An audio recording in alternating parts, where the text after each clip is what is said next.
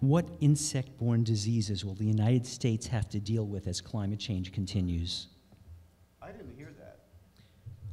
What insect-borne diseases will the United States have to deal with as climate change continues?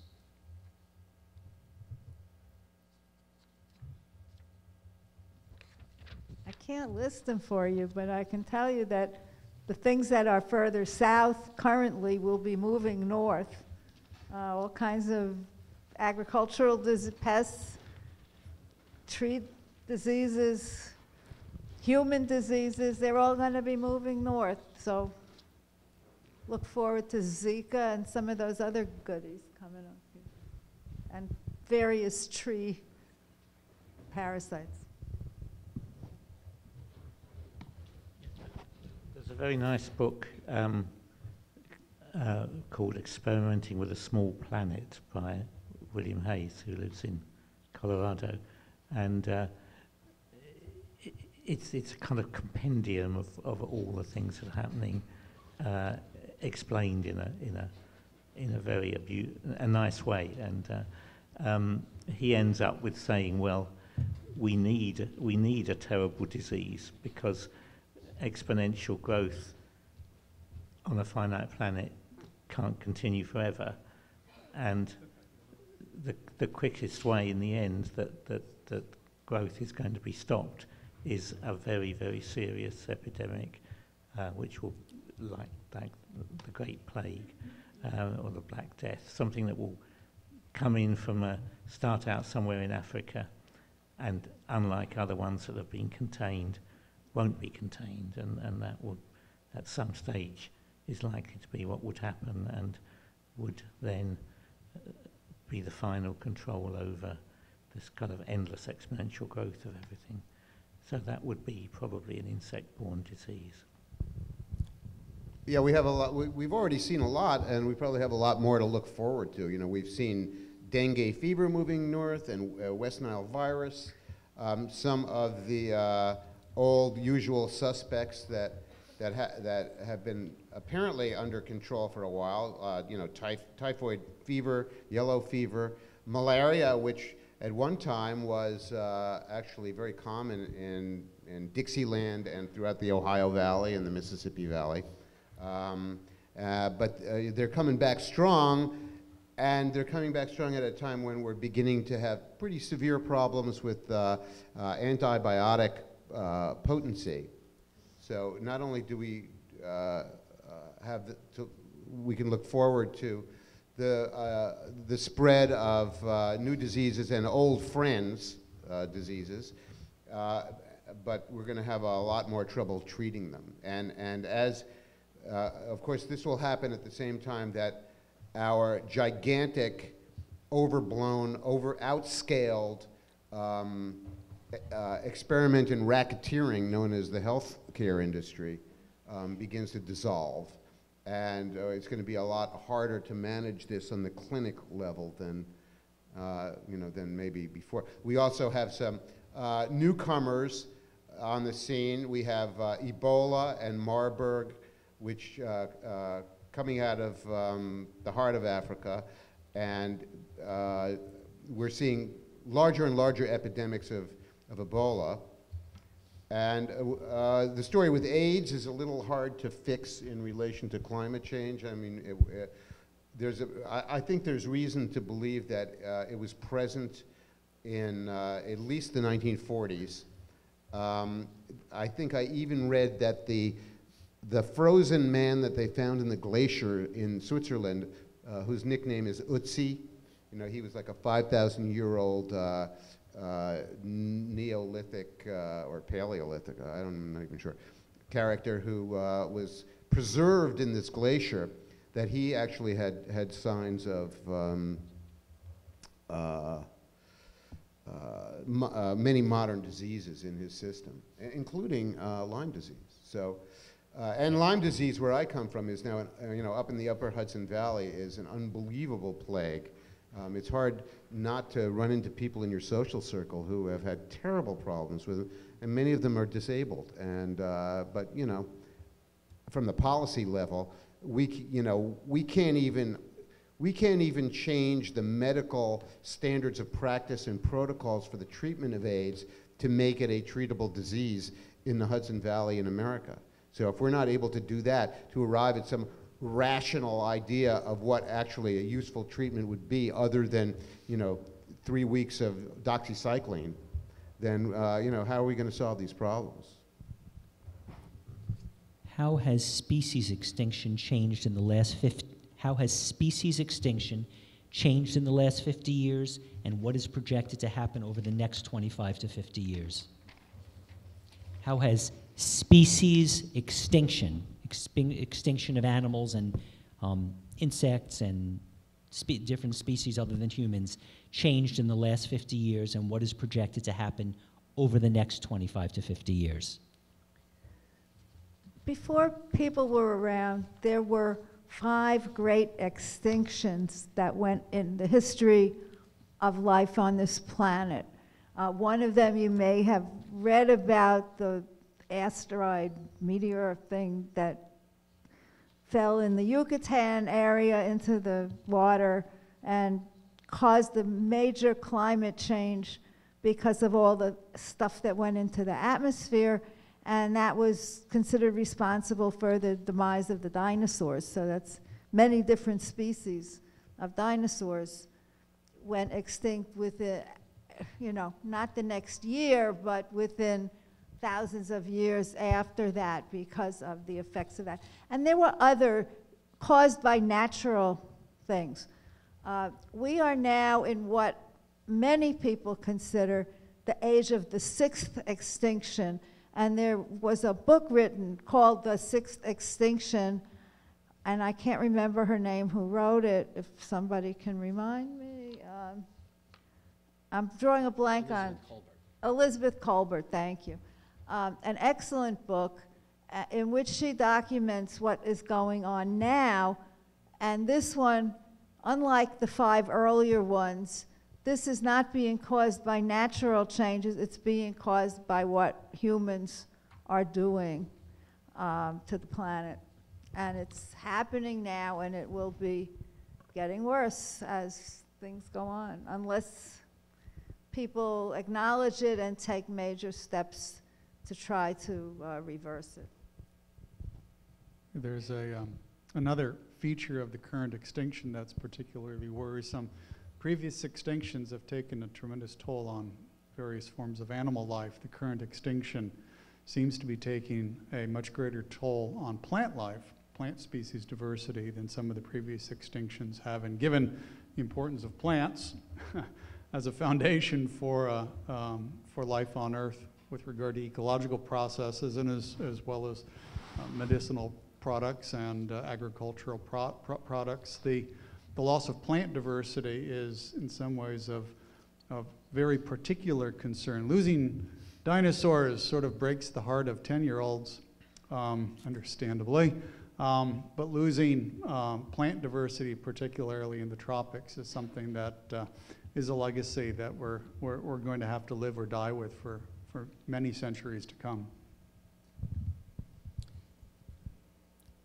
In what ways does the fossil fuel industry use its financial might to influence laws and policies that are detrimental to the health of people on the planet? In what ways does the fossil fuel industry use its financial might to influence laws and policies that are detrimental to the health of people on the planet? Well, perhaps I just answered in 2 words, the Koch brothers. They are fossil fuel. They are pouring millions of dollars to elect climate deniers to public office, including the climate denier in chief, who has pulled us out of the Paris Agreement, taken down all sorts of websites about climate change in the federal agencies, has,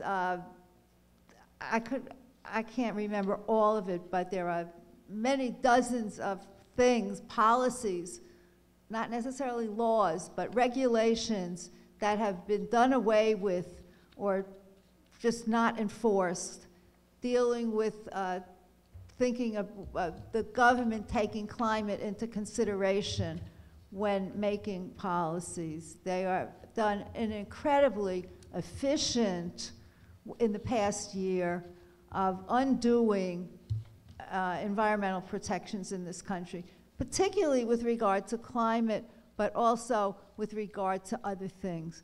The American Petroleum Institute sent Trump or Pruitt, maybe it was to Pruitt, a list of 8 things that they would like to have done. And before the first year of the administration was done, they had done 6 of the 8 things that the American Petroleum Institute asked them to do.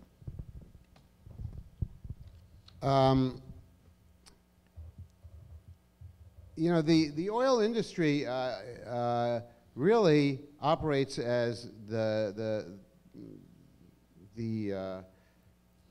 servants of a population who demand to have as much oil as they want to have.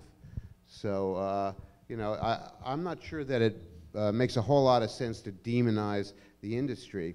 You know, getting back to the failures of the environmental intellectuals among us, the sovereign remedy for the problem of using too much oil in a society would be to do everything possible to create walkable communities, you know, and we have no interest in that whatsoever in America.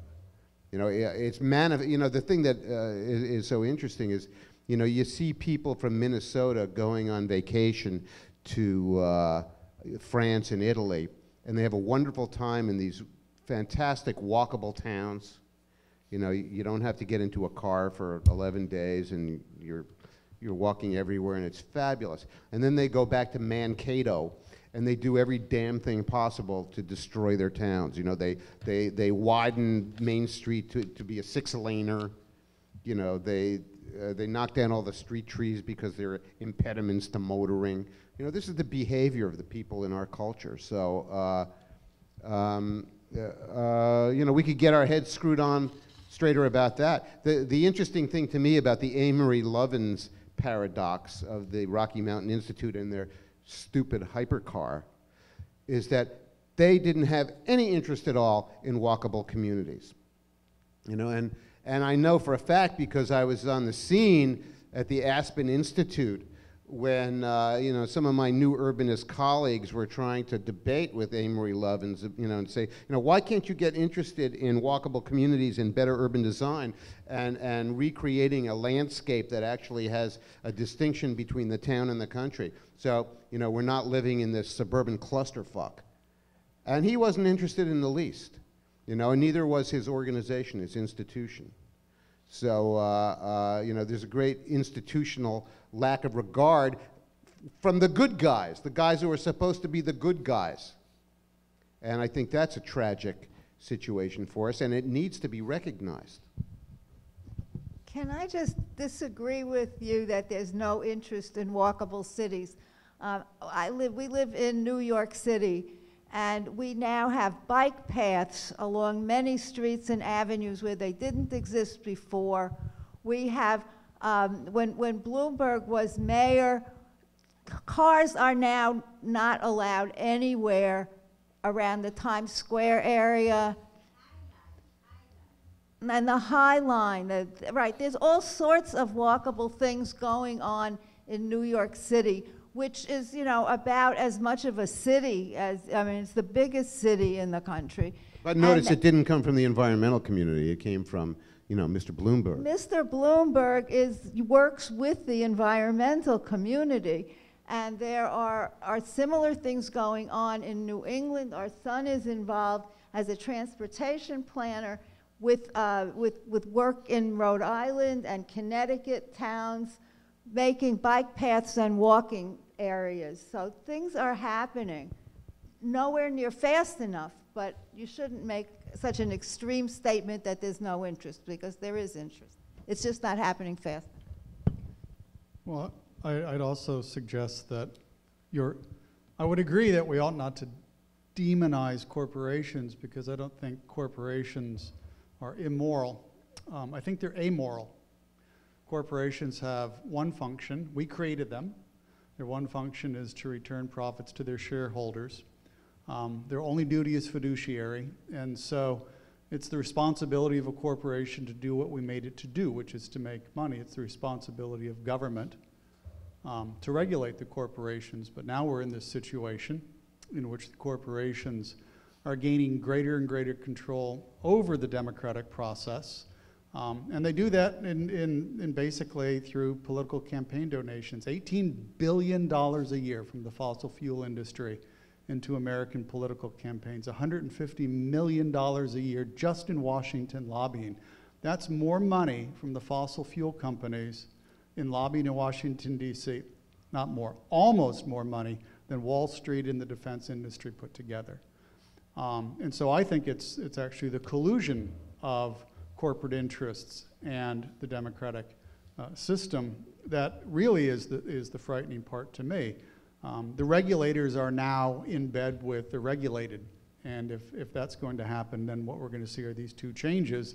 That is, as was discussed earlier, an erosion of regulation and an increase in the amount of political control that corporations, not just energy, but other corporations, big pharma, et cetera, have over EPA, over FDA, and that is a frightening future for me. I think that's a frightening future for democracy. I want to add something to this about this, the corporate money in America. Many of us are familiar with the Citizens United Supreme Court case of, I think, 2010 or 9 or 10. And that was the court case that basically said that corporations have the same privileges as citizens to express their political predilections by using money as a form of speech. And this was such a wrong-headed decision and such a bad idea for the following reason, which I think ought to be self-evident, which is that corporations don't have the same duties and obligations and responsibilities to the public interest that citizens do, and explicitly so. They, as you said, they are explicitly responsible only to their shareholders and their boards of directors. So the idea that they deserve to be treated the same as human citizens is absurd on the face of it. And the real problem with that, for me, and it's one of the reasons why, as a registered Democrat, I'm disgusted with the Democratic Party, is that President Obama could have mounted some kind of a campaign of some sort, whether it was, together with the then democratically controlled Congress, to revisit the question of corporate personhood and re-legislate it, or even create a constitutional amendment redefining what corporate personhood was, to make it distinct from the personhood of citizens. And we failed to do it at that time, and nobody has challenged him about that, or challenged, what is now, a historical incident that time is passing by. So, you'd be criticizing history. But to me, it was a tremendous blunder, and it shows something so tremendous about the lack of an ability to think in this country among the thinking classes, that it's just a staggering outcome. Just going back to the actual question of the industry and what it's spending as some merchants of doubt, which is to spread doubt about the harmfulness of global warming so that people will keep on using fossil fuels. I think a lot of it is, and the fact that it's become more virulent, more money being spent, more success being achieved because they've captured the government, basically, is fear. And I think there's fear by the industry that they're becoming irrelevant. They're becoming like the sort of whale oil industry or the gas mantle industry, because they're seeing that people are finding ways more and more of living without oil. And especially, for instance, electric cars coming along. if people can tolerate, I mean, I was amazed, again, living in Southern California, to see Los Angeles freeways, and you're appalled at the fact that the planet is being sort of destroyed by the emissions from all these millions of cars that are rushing around to no good purpose. But today, you look at those cars, and a lot of them are electric, and you can, the people still living out their sort of infantile passion with the automobile, but it's not an infantile passion with the internal combustion engine. It's the infantile passion with a thing that will go wherever they want, whenever they want to do it. So so the oil industry is frightened that their biggest consumer, that is the driver, might be able to drive something that doesn't need petrol. And the other thing that frightens them is the environmental movement and the fact that if something is done about global change, then we have the analysis of what's going on by the Intergovernmental Panel and everybody else is that we'd have to leave in about 70% of the remaining oil that we know about in the ground if we're going to avoid climate warming that goes beyond this 2-degree limit. So if the world suddenly did become serious about climate change, if they really did pursue the Paris Agreement meticulously, then a lot of the remaining oil would have to stay in the ground.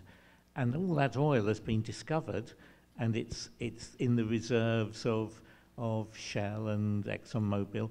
And if you're going to say suddenly the world is going to tell the oil industry, you have to leave that asset in the ground, then the oil industry will collapse because their chief asset is being taken away from them. They can't drill that stuff out of the ground. So the fear is that people might sideline oil and that they might be ordered not to use it anymore by the people of the world. So that they're really, I think, frightened, and that's fear breeds irrational actions. So that might be behind some of what the oil industry is doing, although most of it, I think, is simply protecting their positions in a world that's changing all the time. I want to just put maybe a small damper on electric cars. I was sort of tickled when they were coming out and they had these stickers on them that said 0 emissions, as if electricity flowed out of the wall. And more and more electricity is being produced by solar and wind, but still the vast majority of electricity is produced by burning coal and natural gas. Now, electric cars can be more efficient in terms of its emissions, but most electric cars, ultimately are powered by coal and natural gas in a more efficient way, certainly than an internal combustion engine, but for the vast majority of those cars, they have not broken free from fossil fuel industry. I think it's a move in the right direction. It's an exciting direction. I don't want to suggest that it's not a positive move, but I think we have to be honest with ourselves that when you drive your electric car, you're pretty much driving a coal-powered car.